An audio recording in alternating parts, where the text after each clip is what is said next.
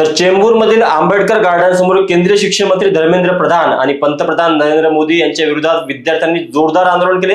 यावेळी आंदोलक विद्यार्थी आणि पोलिसांमध्ये बाचाबाची झाल्याची घटना घडली। परिस्थिती नियंत्रणात आणण्यासाठी पोलिसांनी काही विद्यार्थ्यांना ताब्यात घेतले। मात्र ताब्यात घेतलेल्या विद्यार्थ्यांची भेट घेण्यासाठी शिवसेना उद्धव बाळासाहेब ठाकरे नेते आदित्य ठाकरे आणि महाराष्ट्र नवनिर्माण सेनेचे नेते अमित ठाकरे यांनी चेंबूर पोलीस ठाण्यात भेट दिली। त्यांनी विद्यार्थ्यांची विचारपूस केली आणि त्यांच्या सुटकेसाठी पोलिसांशी चर्चा केली। त्यानंतर ताब्यात घेतलेल्या विद्यार्थ्यांची सुटका करण्यात आली। दरम्यान ताब्यातील विद्यार्थ्यांच्या सुटकेच्या मागणीसाठी मोठ्या संख्येने विद्यार्थी चेंबूर पोलीस ठाण्यासमोर जमले आणि त्यांनी जोरदार घोषणाबाजी करत आंदोलन केले। गेले 2 दिवस मुंबईमध्ये अनेक ठिकाणी उत्स्फूर्तपणे जी तरुणी आंदोलन करत आहेत। अनेक लोक शाळेतले कॉलेजमधले धरपकड चालू आहे। सगळीकडे पोलीस कधी घरी जाऊन कधी ते आंदोलनाच्या स्थानावर जाऊन पकडते। काल पण आपण पाहिलं असेल वरळीला कोणाला नेलं, परवा शिवाजी पार्कला कोणाला नेलं। आणि या सगळ्या गोष्टी होत असताना एक गोष्ट आम्ही मान्य करतो की दिल्ली पोलिसांनी जसं लाठीमार केला किंवा अमानुषपणे जे काही टेझर गन वापरलेत, पेलेट गन वापरलेत, अजूनही मुंबईत तसं झालं नाही। मुंबईत संवेदनशीलपणे हे सगळं हाताळलं जातं। आमची पोलिसांना हीच विनंती आहे की हे सगळे तरुण आहेत,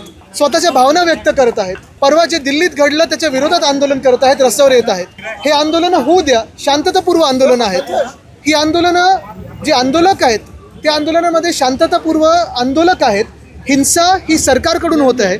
सरकारकडून हिंसा काही पावलं उचलली नाही गेली तर निश्चितपणे आंदोलन देखील शांततापूर्वच राहील। पण मुख्य गोष्ट ही आहे की देश एकवटलेला आहे आणि हा आवाज दिल्लीपर्यंत पोहोचणे गरजेचं आहे। मला वाटतं हा सरकारवरचा राग आहे आणि आता लोक सोशल मीडियावर लिहिण्यापेक्षा रस्त्यावर उतरत आहेत। हे बघून मला आनंद आहे। म्हणून मी काल पण बोललो की त्यांच्यावर फोकस करा। राजकीय पक्ष म्हणून आम्ही उतरलो नाही आहे, तर देशासाठी एक कुठेतरी लोकशाही वाचली पाहिजे म्हणून हे सगळे लोक उतरले आहेत आणि त्यांच्यात तो राग आहे। आम्ही त्यांच्या पाठीशीवर हे दाखवायला आम्ही उतरलो आहे। आणि कुठे हात लावतात तुम्ही विद्यार्थ्यांना हात तर लावून दाखवा। आम्ही आहोत त्यांच्या पाठीशी, त्याच्यामुळे त्याच्यासाठी आम्ही उतरलो आहे। त्यांना काही घाबरायची गरज नाही आहे। कुठेतरी हे जे तरुण रक्त आहे ते चिघळलं आहे आणि ते सरकारला जाब विचारत आहेत। सर जवळपास 900 जो सकाळचा मोर्चा चेंबूरमधला होता तो आता पोलीस स्टेशनच्या बाहेर येऊन कशा पद्धतीनं आंदोलन करताना हाताळलं जाईल असं तुम्हाला वाटतं? कारण पोलिसांकडनं ताब्यात घेतलं जाईल नाही, जसं आदित्यजी बोलले तसं एक मुंबई पोलीस खूपच आमचं सहकार्य करते, प्रोटेस्टर्सचं सहकार्य करते।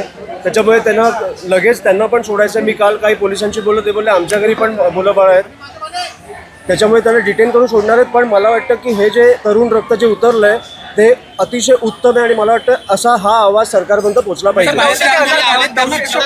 ह्याच्यातच मी तुम्हाला ॲड करतो की जे मुख्यमंत्री ह्या गोष्टीला फेसलेस बोलत आहेत ह्याच्यावर आपण विचार केला पाहिजे।